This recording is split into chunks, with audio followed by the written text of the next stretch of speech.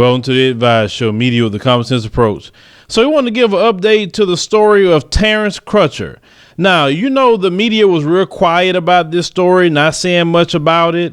The police wasn't saying too much about it as well, other than a short statement from the police chief. And you know when they huddle that quietly, they're trying to concoct some sort of lie that they can sell to the rest of the country. It's a certain demographic of people they're trying to sell it to, of course, so we'll get into that. Now, I want you to hear the news report of what they allegedly found inside of Terence's vehicle. Let's go roll the clip. A day after video released to the public showed the final moments of Terence Crutcher's life, lawyers for his family are clearing up what they call misinformation. The officer shot Terence Crutcher because he reached inside the car. That was the narrative that they put out. During a news conference Tuesday afternoon, they showed the media this picture of the driver's side door to his SUV closed with the window raised, covered in his blood. The window is up. There's a streak of blood on the window. It is coming down the car door, and to show that it was contemporaneous, you see Terence Crutcher lying dead on the ground with his hands still up. The 40-year-old Crutcher was shot and killed by Tulsa officer Betty Shelby after she says Crutcher refused her commands. Attorney DeMario Solomon Simmons says that the shooting is unjust, and the video speaks for itself. The only movement that happened is when Terence was hit by the taser, and he was shortly thereafter shot, and his blood splattered on this window. As Fox 23 first told you, police say PCP was found in Crutcher's SUV. Attorneys addressed whether or not drugs may have been a factor. We do not know if that's true or not. We're looking into that. Let's assume that it was. You have to ask yourself again, what is the proper way to handle a situation where someone is acting in a strange way? Attorney Benjamin Crum could not speak specifically on the claims. Regardless, his lawyers say his death could have been avoided. The video has no alternative motive. It has no political affiliation. It's not trying to make a point. Tonight, Fox 23 has learned that the father of Terence Crutcher has asked Reverend Al Sharpton, as well as his National Action Network, to come to Tulsa as part of a rally to help begin the healing process as a result of his son's death. We have been in contact with Reverend Sharpton's office to see exactly when those dates will be. We'll let you know as soon as that does happen. Tonight on Fox 23 News at 6 o'clock, we'll break down what those attorneys told District Attorney Steve Kunzweiler after that news conference this afternoon. Live tonight in downtown, covering news that matters, Jonathan McCall, Fox 23 News. All right, Jonathan, and a few more details now. We are working to learn if Officer Shelby secured the abandoned SUV by closing the doors and windows when she first arrived on the scene. We also followed up with TPD, and at this point, we're told they cannot confirm who discovered the PCP or where it was found in the SUV. Tulsa police saying the U.S. Attorney's Office and the District Attorney's Office have advised TPD not to comment at this point. Now, I want you to hear this Tulsa race soldier's attorney. Listen to what he's going to say about the story. Let's go ahead and roll that clip. Based on the radio traffic that I've listened to, it's at least a minute, maybe up to a minute 20, a minute 30. So at that point in time, when he gets to the edge of the roadway, he looks at her and again starts to put his hand in his pocket, and that's when she draws her gun and says, "Sir, I want you to follow up my commands." Her intent now is on arresting him. She knows that he's under the influence of something. So now he's not following commands. She's afraid he could have a gun in his pocket. He's got very loose clothing on. So she draws her gun on him and says, "Sir, I want you to get down on your knees. Get down on your knees." He refuses that command, turns and starts walking along the passenger side of his police car, her police car, and Officer Shelby decides to follow. As he walked over to the driver's side of that SUV, she was yelling at him to stop for probably at least 10 to 15 seconds. He gets to the window of the SUV and has his hands in the air, looks down the side of the car at Officer Shelby, and his left hand goes into the window. Officer Turnbow also saw it. Both of them reacted simultaneously, Turnbow firing his taser, Betty Shelby firing one round from her service weapon. She's worked in this part of town for quite some time. And You know, just the week before, she was at an all-black high school homecoming football game. She's not afraid of black people. Now, you notice how they concocted the story to match what was said in the helicopter when the guy said he looked like he is on something. So let's get this straight. He leaves community college. What does he do? Get in the car and smoke PCP and then get on the road and then his car break down? This is the story that y'all trying to put out there? Now, you saw the part of the news clip. They don't even know how the PCP got in there. They don't know who picked it up or whatever. Now, we done a story a while back by a brother by the name of Floyd Dent.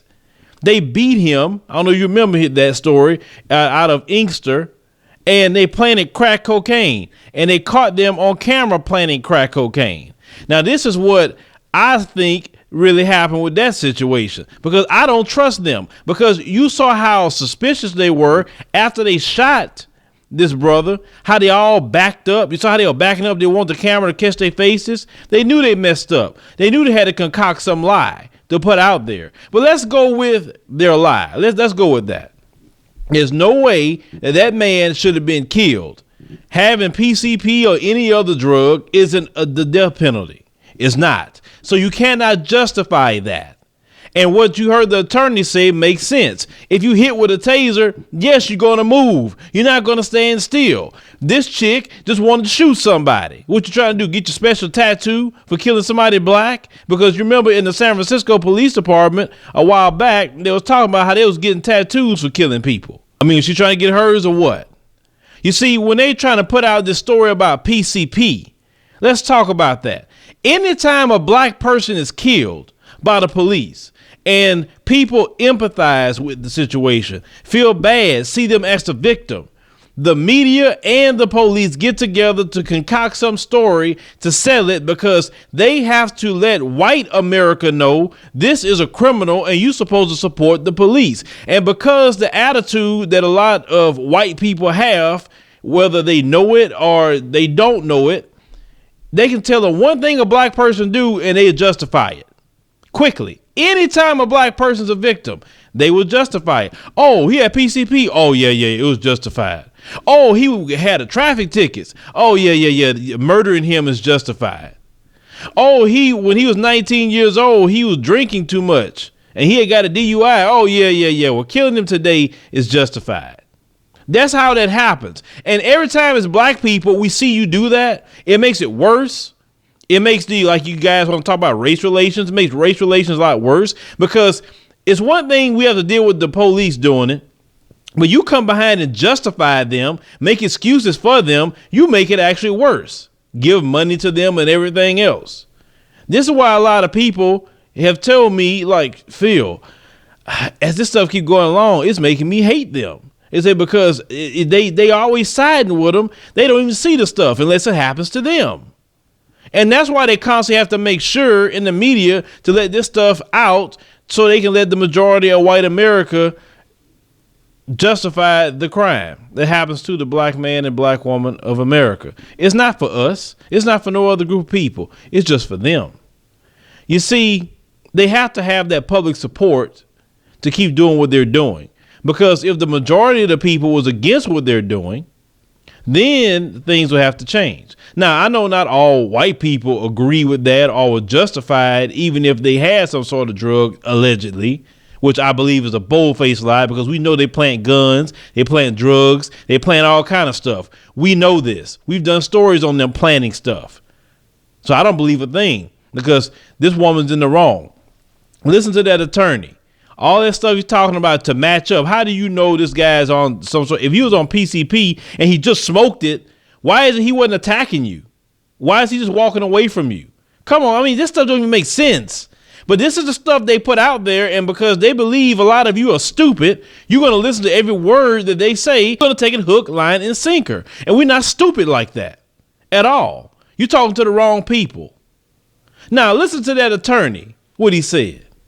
He said, well, you know, she went to a black basketball game and You know, she's not afraid of black people. You know why she told him to say that? She's seen these videos online. She's seen all the comments calling her race soldier and calling her a racist and a white supremacist. She's seen all them comments. That's why she wanted to put out there in the public, hey, wait a minute. I went to a black basketball game. I've been around black people.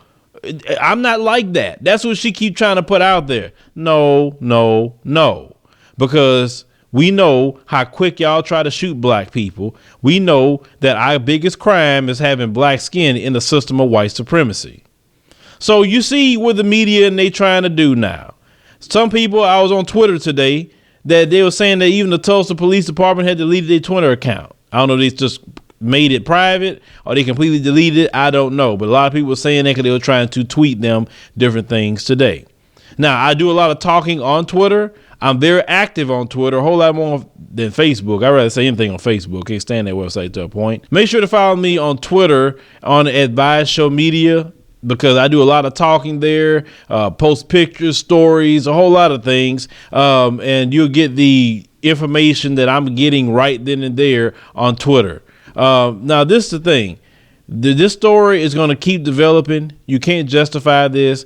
People are upset, and we gonna continue applying the pressure because you're not right. Now Reverend Al Sharpton is about to show up because the family's asking him to show up. And I'm pretty sure Black Lives Matter is about to start showing up as well in Tulsa, Oklahoma, and other groups. I see it coming. Watching our people being murdered like this, and y'all at a point, y'all just don't care. Y'all just gonna do it now. Y'all don't care about cameras. Y'all know about dash cams. Y'all know about every camera. I said, we still gonna kill them.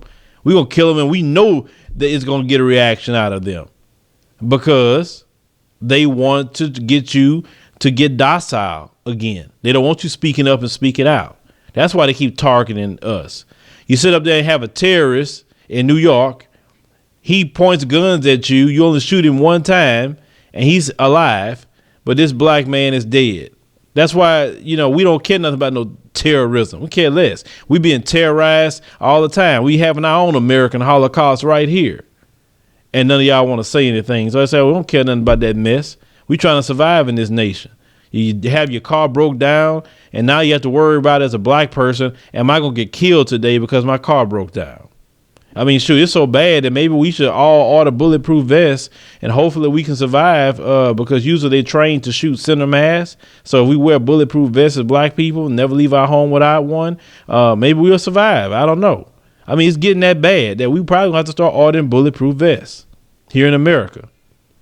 I know some people say, well, he's going a bit far with that. It's not going a bit far when you're trying to stay alive to go home to your family. I don't know what you think about it. Leave me a comment. Let me know what's your opinion on the matter. Make sure you share the video on your social media pages with your friends and family. And make sure also to subscribe to get the latest videos and current commentaries.